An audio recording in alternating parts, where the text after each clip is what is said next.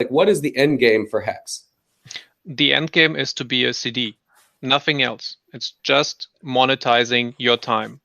You're parking your purchasing power for a limited amount of time, and you get gains out of that. So But are you ever able to buy things with Hex? No, but you're also not able to buy things with Bitcoin or Ethereum. You always That's have to not transfer true. it to something else. Okay. Okay, Not always, but sure. How is that not true?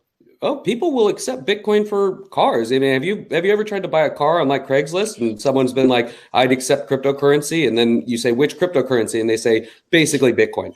Sometimes Ethereum, but not like those. Okay, but wait, let me address that, Wells. So you are comparing something that's been here for 12 years versus something that's been here for 2 years. Right, and so that's what I'm saying is, what is the end game? Does Hex supplant that? Let me just finish the thought. When Bitcoin was 2 years old, there was no one buying cars with Bitcoin. Right. And the goal of Bitcoin was to get to sort of where we are here now and then further. And so my question is, okay, for 2 years, where do you go from here? What is the end goal? Are people buying cars with Hex 10 years from now? Hopefully, yeah. And this is the end goal, I would say, for every crypto, because you want to have enough buy-in from the old economic system where it becomes a circulating thing. Sorry, I'm missing a little bit the words here. But you want the ecosystem to be self-sufficient. You do not want to go back into the fiat world. Once there is enough users onboarded, the exchange doesn't happen in the old fiat world anymore. It happens, everything is happening online, on the blockchain, peer-to-peer. Most people are used to having things handed to them. So this is a part of the big problem. People are not educated. They're not used to educating themselves, which is what crypto is about, because it's decentralized. So all of this that we're seeing in Bitcoin and in the promise coin space now is literally them trying to replicate what's already happened on Wall Street. That's all. They're just trying to replicate what's already happened on the fiat side over here.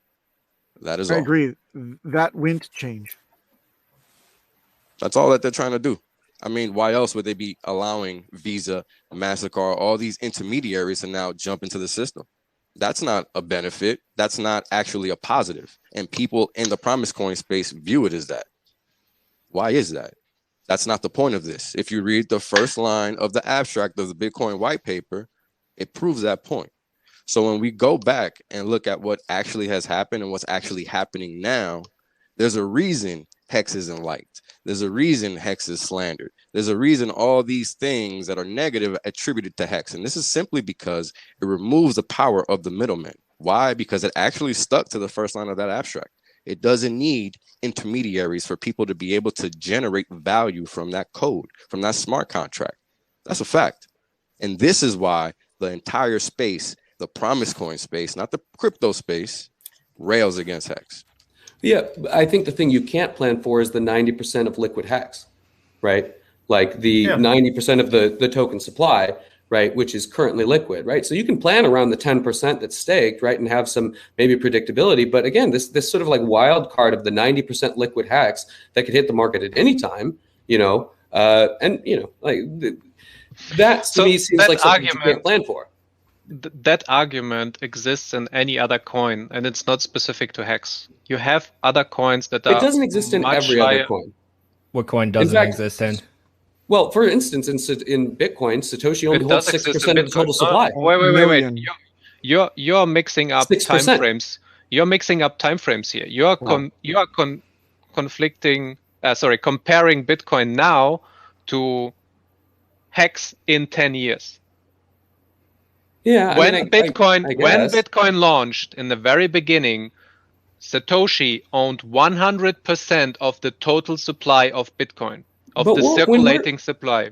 But what I'm saying is, when we're talking about what people should invest in and whether or not they should buy Bitcoin versus Hex, right? Yeah, like we're talking about current market conditions, right? We're talking about opportunity costs. Wait, you're running away with the point again. You made the argument that Bitcoin in the very first year is a bad investment because Satoshi was the only one mining it.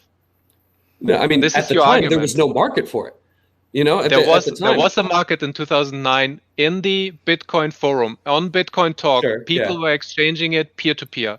They were mining it along with, after after Satoshi started mining his first few blocks and got things going, people started to mine it with their CPUs and started to exchange it for fun. And then the And what Bitcoin I'm pizza saying is came. now you can anticipate like basically all the Bitcoins on the market. You know, there's 6% that's sitting in Satoshi's wallet that's never moved. But otherwise, you know, I'm saying the difference here is if I'm looking right now at like, do I want to buy Bitcoin or do I want to buy Hex? Right now, okay, there's 6% unaccounted for in Bitcoin. There's 90% unaccounted for in Hex. Right? Mount Gox's coins are coming up for sale here shortly. In right, and what percentage of the Bitcoin supply do they tank the price? I mean, there's 2,000 wallets that own 50%. Any one of those wallets that market sells all their coins on the market destroys the price of Bitcoin. That's true. That is true. It's the same. It's the same thing. Same I effect. mean, I think that there is a question of market depth. And I think that there is a much larger market depth. Again, as we talked about a little bit earlier, given that Bitcoin is now on the futures market. You're running away on the point. You're still comparing Bitcoin to now with Hex in 10 years. The market depth will change over time. What you're suggesting is that Bitcoin... Wait, no, it's not, because we do have the history. You don't know the future, though. No, but we have the history of the Bitcoin at 2 years. And Bitcoin, when it was 2 years old in 2011, when you first looked at Bitcoin, I think it was $100. It was the best time to buy when liquidity was at its lowest, when nobody knows, it was not on media channels in CNBC, when Satoshi at this point still owned more than 6%, way almost more 100%. than 6%. Almost 100%. Yeah. This was the best time to buy Bitcoin, and we are comparing that time to the time now in Hex. Not the 6% Bitcoin after that. You're attributing something very special and unique only to Bitcoin because it was new. But the same principle applies to Hex as well, because there is no other decentralized, immutable contract that's a blockchain CD. All the other shit you have on the market is lending coins, giving away your keys, farming yield where you have to put it in some weird liquidity pool that's getting rug pulled. You have to send it to some exchange that has then complete authority over your coins.